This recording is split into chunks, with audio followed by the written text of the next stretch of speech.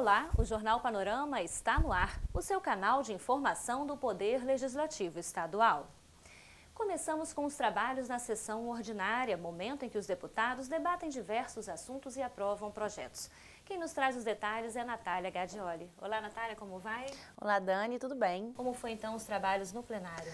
Bom, hoje apenas um projeto aprovado, vamos aos detalhes. Durante os trabalhos desta segunda-feira, os deputados aprovaram um projeto do Tribunal de Justiça que prevê reestruturação e modernização do quadro organizacional e administrativo do Poder Judiciário Capixaba, conforme previsto em resolução do Conselho Nacional de Justiça. Como tramitava em regime de urgência, o projeto foi analisado pelas comissões de Justiça, Cidadania e Finanças no plenário. Na primeira fase do expediente, foram lidas as mensagens do Executivo, que indicam o deputado Sérgio Borges para líder do governo na Assembleia e o deputado Ataíde Armani para vice-líder. Estou muito honrado, porque é uma indicação pessoal, né? Acho que com o Ataíde Armani, que é o vice-líder, nós vamos poder fazer um trabalho de dois líderes. Acho que assim nós vamos conseguir trabalhar com tranquilidade junto à bancada. O mote maior de uma liderança é a humildade, né? E isso nós vamos desenvolver, a paciência, né? E ouvir os deputados, né? Cada deputado individualmente sendo ouvido, com certeza nós vamos achar sempre o consenso e votarmos com bom senso, que é o que nós fazemos na casa. Eu acho que é um trabalho importante, né? A gente que faz parte da base do governo está aqui defendendo um governo que está dando uma continuidade, né, de futuro do Espírito Santo, está dando uma continuidade de um caminho do norte para o estado do Espírito Santo. Então eu quero dizer que eu vou dar tudo o que eu puder de mim, né, no sentido da gente estar podendo cada vez mais estar dando uma sustentabilidade ao governo Renato Casagrande aqui na Assembleia, para que a gente venha estar dando continuidade a esse Espírito Santo de futuro. Já na segunda fase do expediente, foram aprovados 5 requerimentos de urgência, também do governo do estado. Um deles disponibiliza crédito de mais de R$1 milhão ao Corpo de Bombeiros Militar para aquisição de equipamentos e materiais de salvamento e combate ao incêndio. Bom, Dani, então estes foram os destaques de hoje no plenário. Obrigada, Natália, pelas informações. Polícia Civil em pauta na Assembleia Legislativa. Seminário debate a unificação dos cargos de agente e investigador, que na prática exercem a mesma função. A exemplo do que já ocorre nos estados de São Paulo e Minas Gerais, a Polícia Civil Capixaba pretende promover a unificação dos cargos de agente e investigador. O assunto foi debatido durante um seminário sobre avanço nas políticas de segurança pública no estado, no plenário de Seu Cardoso da Assembleia Legislativa. A solicitação foi feita pelos sindicatos que representam a categoria junto à Comissão de Segurança da Casa. Não pode continuar existindo atividades sendo realizadas na polícia com salários distorcidos, né? Então cria insatisfação, cria desmotivação. Então nós temos que ter coragem de discutir uma polícia moderna para atender bem a sociedade. O Poder Executivo Capixaba foi representado pelo secretário estadual da Casa Civil, Luiz Siciliotti. Se esse tema é um tema importante para a categoria, isso vai contribuir, né, para com os indicadores, a diminuição dos indicadores de homicídios, evidentemente, o governo vai construir junto isso com as categorias que estão envolvidas. Os participantes do evento puderam conhecer a experiência de integração dos órgãos de defesa social de Minas Gerais. O experimento já provocou uma redução de 53,7% da criminalidade local. Dividiu-se o estado em 20 regiões integradas de segurança pública, com o comando, cada região, de um coronel, de um delegado de polícia, e criadas também áreas integradas de segurança pública, reunidos permanentemente delegados, coronéis, bombeiros militares, as prefeituras, debatendo sobre a melhor possibilidade de segurança. E nós tivemos um sucesso desse trabalho. Minas apontou um caminho importante, não apenas para a própria Minas Gerais, mas para o Brasil, né? A integração é a possibilidade que nós temos para vencer a criminalidade que cresce assustadoramente no nosso país. O deputado defende a criação de um sistema único de segurança pública que possibilite, dentre outras coisas, o compartilhamento de dados entre os estados brasileiros. No momento em que a Polícia Federal disponibilizar para as polícias civis e militares dos estados os dados que ela tem sobre os criminosos internacionais, aqueles que têm ligação internacional com o crime, que a Polícia Rodoviária Federal tiver as informações de todos os veículos por parte dos estados, no momento em que tiver integrada a Polícia Rodoviária Federal com as polícias militares, a possibilidade de termos blitz nas estradas federais com a presença de policiais militares, sem dúvida a população se beneficiará, terá mais segurança e nós daremos um passo importante na luta contra o tráfico de drogas, o contrabando de armas. O deputado Gilcinho Lopes acredita que esta é uma boa opção. Nós temos as rodovias, as ferrovias, a via marítima, a via aérea, competência da Polícia Federal. E as drogas entram por essas áreas. O nosso país, nós não fabricamos drogas.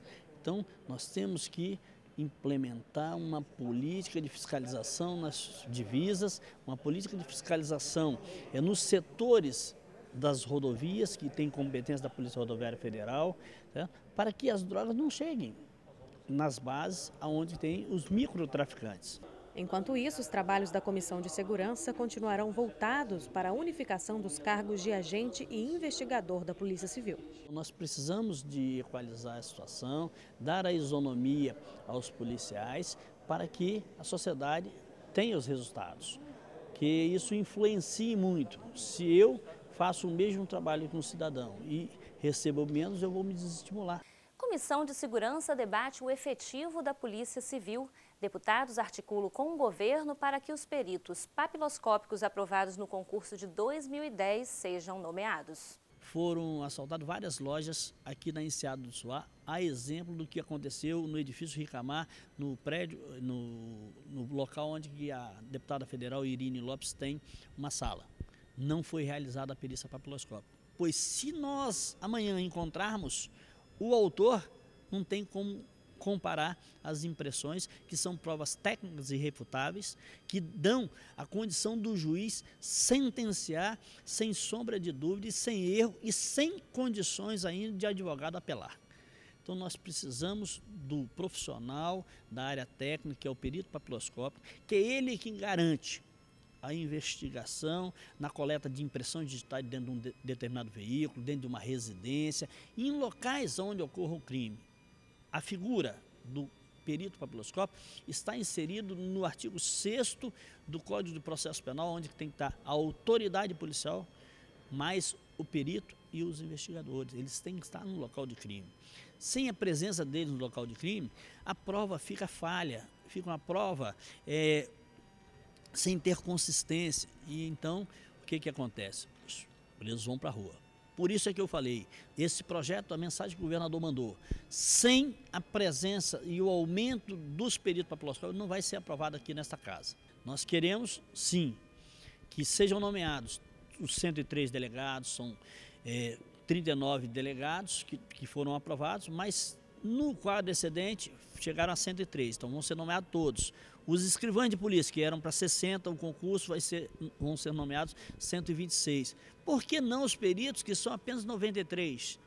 Então nós queremos que seja dado a César, que é de César, seja dado direito igual para todo mundo, para todas as categorias, e que na realidade não só os 93 são necessários, que precisam de muito mais peritos para fazer as provas em locais de crime. Terreno de Marinha. Em debate, as implicações no estado da decisão do Supremo Tribunal Federal sobre a demarcação de áreas da União. Na reunião desta semana, os parlamentares que tratam da cobrança das taxas sobre terrenos de Marinha aqui na casa debateram uma decisão do Supremo Tribunal Federal.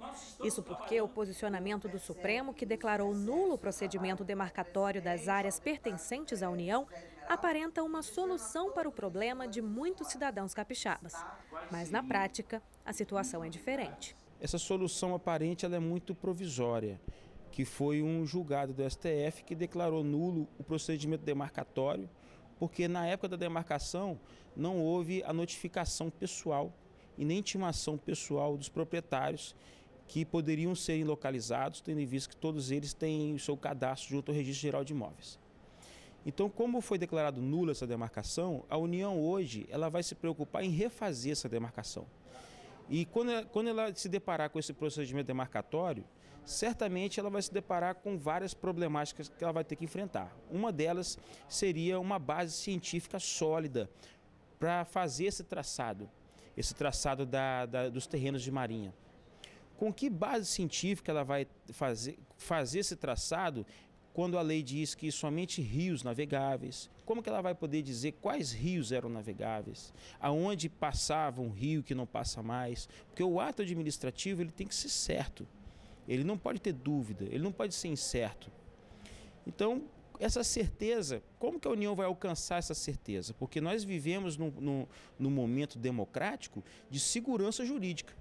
E essa lei, que é uma lei de 1946, não traz segurança jurídica, por isso tanto redevulso. O único jeito de resolver é extinguir a lei e respeitar a propriedade, porque é em cima de cada propriedade que os cidadãos se assentam em suas famílias, criam seus filhos, que é a base social da nossa sociedade. Para o presidente da comissão, tudo que diz respeito a este tema é confuso. Motivo a mais para que a comissão continue seu trabalho e feche ainda mais o cerco. É uma luta jurídica que se faz em várias frentes, várias tentativas são feitas. Agora, a mais importante é que nós continuemos divulgando e dando consciência a essa causa. Uma causa que luta contra uma cobrança indecente, esdrúxula, que só existe em um país do mundo, o Brasil, e que precisa de acabar. E vai acabar à medida que nós apertarmos o cerco e continuarmos semanalmente fazendo pressão e divulgando a injustiça que é a cobrança de taxa de terreno de marinha, que atinge principalmente os mais pobres em áreas populares da cidade. Presidente da Assembleia Legislativa, recém-empossado, o deputado Teodorico Ferraço recebe visita do ex-governador Paulo Artung. Quase todos os 30 parlamentares receberam o ex-governador Paulo Artung, que fez uma visita de cortesia ao presidente da Assembleia, Teodorico Ferraço. Esta foi a primeira vez em que Artung veio ao Legislativo depois de deixar o comando do Executivo em 2011. É uma oportunidade de conversar um pouco nesse momento em que eu estou em outra atividade como economista, estudando muito, fazendo muita palestra, né? vivendo um momento novo, uma nova experiência na minha vida. O ex-governador, em conversa com os deputados, disse que as principais lutas dos capixabas devem ser em relação às possíveis perdas de recursos dos royalties de petróleo e também do Fundap, dois assuntos em pauta no Congresso Nacional. Podemos construir um acordo na Câmara, nossa bancada está trabalhando com muita competência na Câmara, mas se não conseguirmos o acordo na Câmara, nós poderemos contar com o veto da presidente. Uma coisa também eu tenho muita tranquilidade. Eu acho que se em algum momento tiver que levar essa questão ao Supremo, eu não tenho dúvida que o Supremo vai dar garantia aos direitos das regiões produtoras, porque são áreas em produção, contratos assinados, esse dinheiro está no orçamento dos municípios, dos estados federados, no caso do Rio e do Espírito Santo. O que eu estou muito apreensivo é em relação à questão do Fundap, né? Eu não preciso dizer para você que o argumento que o governo central, que o ministro Guido está usando para acabar com esses incentivos é um argumento que não se sustenta. Quando fala que esses incentivos estão provocando desindustrialização no país, não é verdade. O que está provocando desindustrialização no país é a baixa competitividade do país. A nossa moeda está muito valorizada vis-à-vis a moeda que regula o comércio internacional, que é o dólar, né? Os chineses não deixam a moeda deles valorizar, só para dar um exemplo para todo mundo entender, porque a moeda deles desvalorizada em relação ao dólar facilita vender para o mundo. Nós temos que continuar jogando, negociando, procurando aliados, usando os nossos bons argumentos. De certa forma, eu usei minha visita aqui para manter a turma mobilizada em torno da defesa do Espírito Santo. A Assembleia Legislativa vai realizar uma sessão para debater possíveis mudanças na Lei Seca. A iniciativa é do deputado Doutor Hércules. O doutor Fabiano Contarato será um dos palestrantes. Ele tem sido um baluarte tem sido um missionário na questão de álcool e direção. E também com a alteração que o Ricardo Ferraz, senador Ricardo Ferraz, tem proposto em Brasília, junto com o deputado federal também, que nós deveremos trazê-lo.